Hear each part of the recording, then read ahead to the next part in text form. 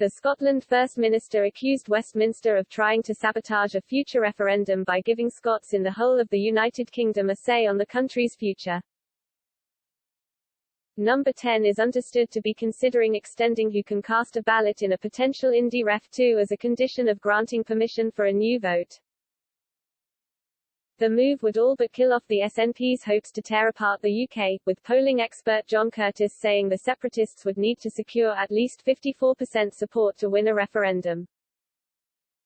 Criticising the plan to let all Scots have a vote on the future of the country, Ms. Sturgeon said on social media, "I see the anti-independence campaign is trying to rig the rules of IndyRef2 again, though in doing so they also concede that it's going to happen.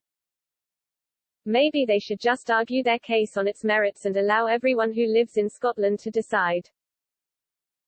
The Scottish Government must ask permission from Westminster to hold a referendum, meaning Number 10 will be in control of the terms of the vote. The Prime Minister has ruled out any imminent vote on Scottish independence, saying now is not the time for a new referendum but has not rejected a ballot as a future possibility. There are thought to be as many as 800,000 people who were born in Scotland but now live in England, while up to 50,000 now live in Wales. The vast majority are thought to be pro-union.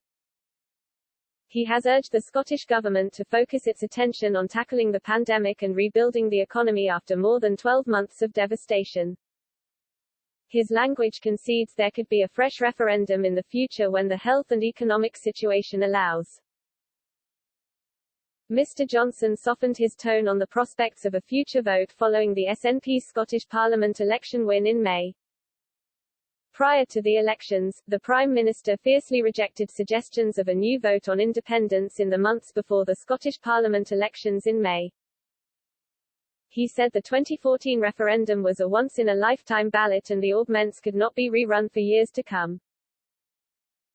In 2014 the SNP sought to help boost their chances of winning the referendum by convincing then Prime Minister David Cameron and the coalition government to allow 16 to 18-year-olds to vote.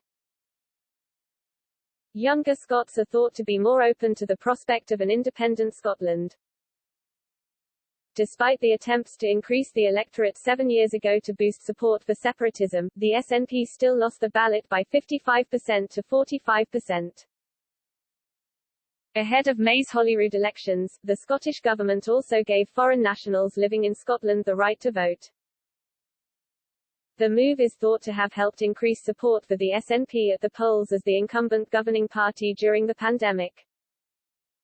Mr. Johnson is being urged by ministers to extend the franchise in any future referendum to all Scots in the UK in order to play the SNP at their own game.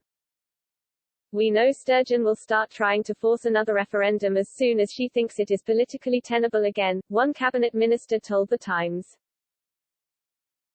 One thing is to open up eligibility of the vote to all Scots in the UK, not just those living in Scotland. Another senior Conservative said, independence is behind in the polls now, and Sturgeon is getting flack from her own side for not talking about it since the election. We need to get out there on the front foot and start acting like we're ahead and not just wait for her to catch up again, which was the catastrophic mistake we made after the 2014 referendum.